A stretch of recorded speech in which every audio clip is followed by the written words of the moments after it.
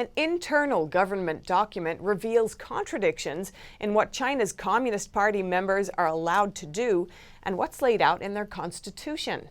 NTD's Tiffany Meyer brings us more.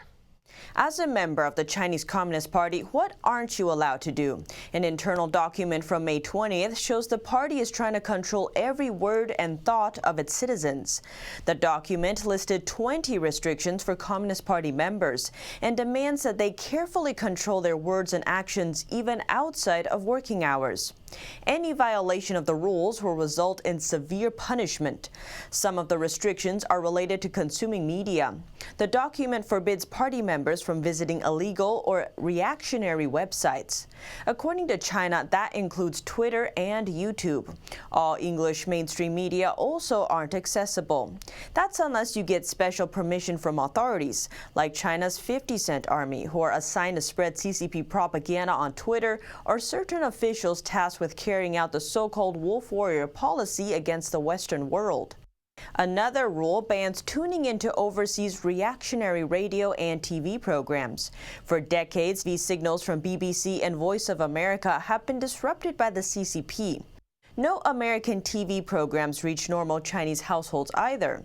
Only by using special softwares can Chinese netizens bypass the regime's firewall and catch a glimpse into the outside world. The rule also imposes regulations on private life. Party members aren't allowed to join local clubs, alumni groups, classmates associations, or veteran associations that are not run by the party. The Communist Party fears any form of social gathering outside of its control because people could secretly denounce the party. Speaking critically about the party's principles or policies, even privately, is also forbidden. Going even further, the party bans practicing or believing in religions as well. In China, there are two kinds of churches. One is organized and recognized by the party. Even its bishops are appointed by the party, not by the Pope. The other one is the underground church, which doesn't follow the party and is strongly suppressed by the regime. The same is true for Buddhism. Uyghur Muslims, Buddhists, and practitioners of spiritual meditation discipline Falun Gong are severely persecuted in China. Now let's compare the rules with China's constitution. Article 35 claims Chinese citizens enjoy freedom of speech, of the press, of assembly, of association, of procession, and of demonstration. Article 36 says Chinese people have freedom of religion. It adds that no state organ, social organization, or individual is allowed to compel citizens to control others' choice of faith. That leaves the question, does the internal document violate the Chinese constitution?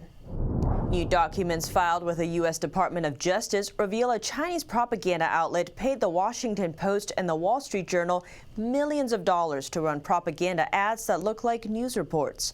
According to the documents, China Daily has paid over $4.5 million to the Post and nearly $6 million to the Journal since November 2016. China Daily is overseen by the Chinese regime's publicity department, which controls the spread of propaganda. It has a history of spending millions to run propaganda articles called China Watch in major U.S. newspapers, including the Journal, the New York Times, and the Post.